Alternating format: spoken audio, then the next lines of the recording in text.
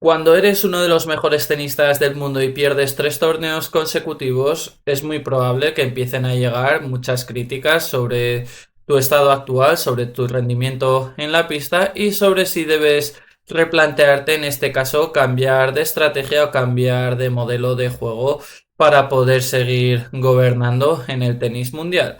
Además, si pierdes la final frente a tu principal rival, es más que probable que las críticas sean desmesuradas e irrespetuosas, y eso es lo que está pasando ahora mismo con Carlos Alcaraz, que tras perder la final del Masters 1000 de Montecarlo ante Yannick Sinner, pues en las redes sociales está viendo numerosas críticas acerca de su nivel de juego en este inicio de la gira de tierra batida y de si realmente pues ha acertado el tenista murciano desprendiéndose de Juan Carlos Ferrero en diciembre del año pasado. En definitiva, ahora parece que ese inicio de temporada espectacular para Carlos Alcaraz no tiene en cuenta también ni para él ni para Samu López el gran trabajo que realizaron durante toda la pretemporada y durante este inicio de 2026. Ahora todos aquellos que estaban en la cueva metidos tras la decisión de Carlos Alcaraz de sustituir a Juan Carlos Ferrero vuelven a aparecer porque el tenista murciano ha perdido 3 torneos de forma consecutiva. A mí me parece totalmente surrealista. Y es por eso que en el vídeo de hoy vamos a tratar de analizar qué aspectos tenía que haber mejorado, tenía que haber impuesto en este caso Carlos Alcaraz en la final ante Yannick Sinner, donde el tenista murciano la verdad es que estuvo en ambos sets con break arriba, pero no pudo en este caso concretar ninguno de los dos sets que hubiese cambiado desde mi punto de vista la dirección del partido. Pero antes de empezar con el vídeo, como digo siempre, si te gusta el tenis, si te gustan este tipo de vídeos, tienes que hacer 3 cosas fundamentales. La primera de ellas, suscribirte al canal y dejar un buen like. La segunda, activar la campanita para no perderte ninguno de mis vídeos. Y la tercera es que me dejes en los comentarios qué crees o qué aspectos debe cambiar Carlos Alcaraz para poder tener una gira de tierra batida en la que termine como el número uno del ranking mundial. Ahora sí, vamos con el vídeo. Lo que ocurrió ayer en el Monte Carlo Country Club no fue solo una derrota, fue el retrato en alta definición de los límites actuales de Carlos Alcaraz, los errores que se repiten, los patrones que Sinner ya domina y una brecha táctica que por primera vez en tierra batida le puso contra las cuerdas de una manera que no habíamos visto desde 2022. 45 errores no forzados, 5 dobles faltas. Esos son los números de Carlos Alcaraz ayer. Y esos números, amigos, no son los de alguien que perdió por el viento o por la mala suerte. Son los de alguien que se autodestruyó en el momento más importante. Antes de meternos en los detalles tácticos, necesito que entiendas el contexto de este partido porque sin él es imposible calibrar la magnitud de lo que pasó. Alcaraz y Sinner llegaban a esta final con exactamente los mismos números en prácticamente todo, los dos con 26 títulos en el ATP Tour, los dos con 66 semanas como número uno del mundo y lo más increíble, los dos con exactamente 1651 puntos ganados en sus duelos directos. Puedes creerlo, 16 partidos entre ellos y llegaban empatados hasta en los puntos ganados. Es una rivalidad que la historia del tenis no ha visto jamás con estos niveles de simetría. Alcaraz lideraba el cara a cara 17 y llegaba a la final con 17 victorias consecutivas sobre tierra batida. Era el hombre de moda en la arcilla, el mejor jugador de los últimos 2 años en esta superficie, el defensor del título en Montecarlo, y Sinner por su parte llegaba en estado de gracia absoluta. El italiano acumulaba ya 4 títulos Masters 1000 consecutivos, París 2025, Indian Wells, Miami y ahora Montecarlo, una racha que solo había conseguido Novak Djokovic en 2015. Pero hay un dato que poca gente menciona y que es fundamental para entender este partido. Sinner había obtenido 0 puntos de ranking en los torneos de Indian Wells, Miami, Montecarlo y Madrid del año pasado por su suspensión de dopaje. Esto significa que este año está acumulando una avalancha de puntos que el año pasado no pudo defender. El tren de Sinner tiene combustible para mucho tiempo. La pregunta es, ¿puede Alcaraz montar en ese tren o va a quedarse en el andén? Pues ahora vamos a analizar tácticamente cuáles fueron, en este caso, las claves por las que Carlos Alcaraz perdió la final de ayer. El primer gran problema de Carlitos, y es el que a mí personalmente más me preocupa de cara al resto de la temporada, es el saque. Además, el propio Alcaraz lo verbalizó desde el banquillo durante el partido. La diferencia es que no meto ningún primero y él sí. Eso no lo digo yo, lo dice él. El jugador sabe perfectamente qué estaba pasando. ¿Y qué pasaba exactamente? Que Alcaraz llegó al tiebreak del primer set con el saque completamente descontrolado. El viento hacía estragos en el Principado, era imposible buscar las líneas y ser agresivo como le gusta al español, porque era el aire el que decidía dónde aterrizaba cada pelota. Ahora bien, aquí está el problema real.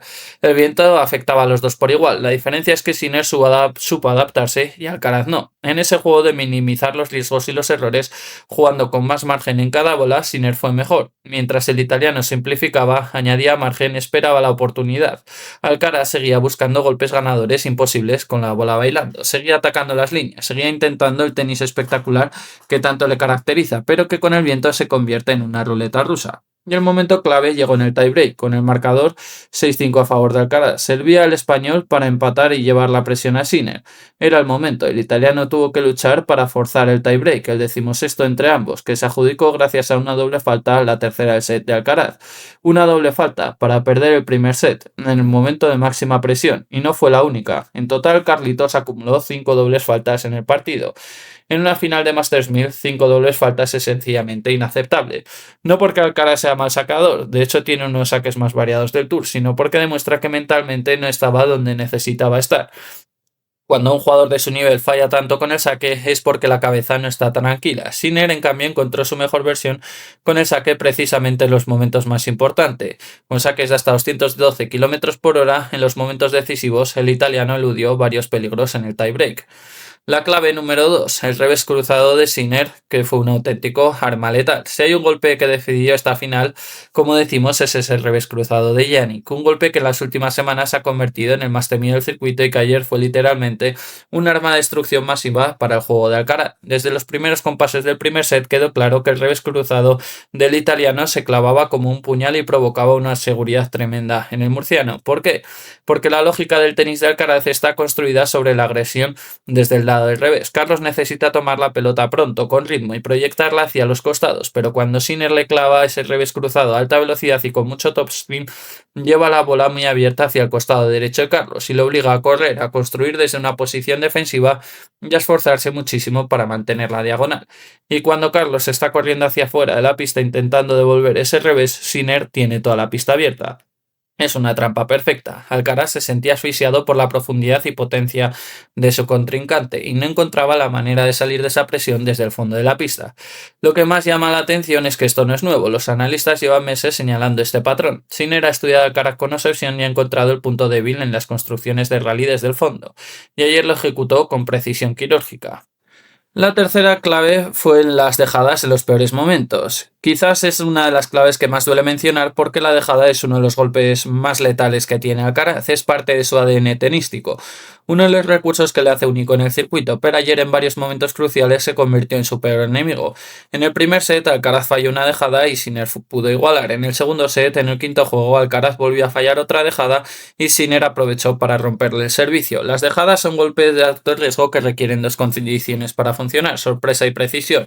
Ayer con el viento que había en Montecarlo la precisión era casi imposible de garantizar y sin embargo Carlito sigue intentándolas en los momentos más tensos del partido, como si fuera una solución cuando en realidad era un problema. Hay una lectura táctica aquí que es muy importante. Las dejadas de Alcaraz suelen funcionar cuando las usa para cambiar el ritmo en los rallies, cuando lleva ventaja en el intercambio las usa como golpe de ataque, pero ayer las usaba como recurso de emergencia, como un intento desesperado de salir de situaciones comprometidas, y Sinner, que las tiene perfectamente identificadas, estaba preparado para correr hacia ellas y convertirlas en oportunidades de ruptura. Alcaraz no supo jugar con el marcador ni con la tensión del contrincante, buscó demasiado en los momentos equivocados. Finalmente, otra de las grandes claves fue la incapacidad de consolidar los breaks por parte de Carlos Alcaraz. Es, en mi opinión, la estadística más reveladora del partido y la que mejor resume por qué perdió el tenista murciano ayer la final. En el primer set, Alcaraz rompió el saque de Sinner. No pudo mantener la ventaja. Set al tiebreak, Sinner ganó el tiebreak. En el segundo set, Alcaraz volvió a romper el saque de Sinner. Se puso 3-1 y entonces ocurrió exactamente lo mismo. El italiano se quedó los últimos 5 juegos del segundo set para cerrar el partido. 5 juegos consecutivos de Sinner al final del partido, cuando Alcaraz tenía ventaja, cuando supuestamente debería haber consolidado y cerrado, pero no pudo. ¿Por qué? Porque hay una diferencia fundamental entre cómo los dos gestionan el momento que tienen el marcador a favor. Sinner, cuando va por debajo, activa un modo de concentración y solidez que es casi sobrehumano. Alcaraz cuando va por delante a veces relaja inconscientemente la presión y comete errores que en otro contexto no cometería. El exceso de errores no forzados, 45 en total, y sus dificultades con el saque con 5 dobles faltas le costaron el partido. 45 errores no forzados. Para ponerlo en perspectiva, en su semifinal contra Zverev, Sinner no cometió ni una doble falta y ganó el 87% de los puntos con primer servicio. La diferencia en control y solidez entre los dos ese fin de semana fue abismal. Sinner vino con los deberes hechos. Alcaraz llegó al examen sin haberlos estudiado del todo. Y ahora vamos a hablar del factor que todos mencionan, pero que nadie analiza en profundidad. El factor del viento. Sí, hubo mucho viento en Montecarlo y condicionó el partido. Sinner se impuso en condiciones difíciles con viento arremolinado en Mónaco, pero lo más relevante no es que hubiera viento, sino cómo cada jugador reaccionó a ese viento.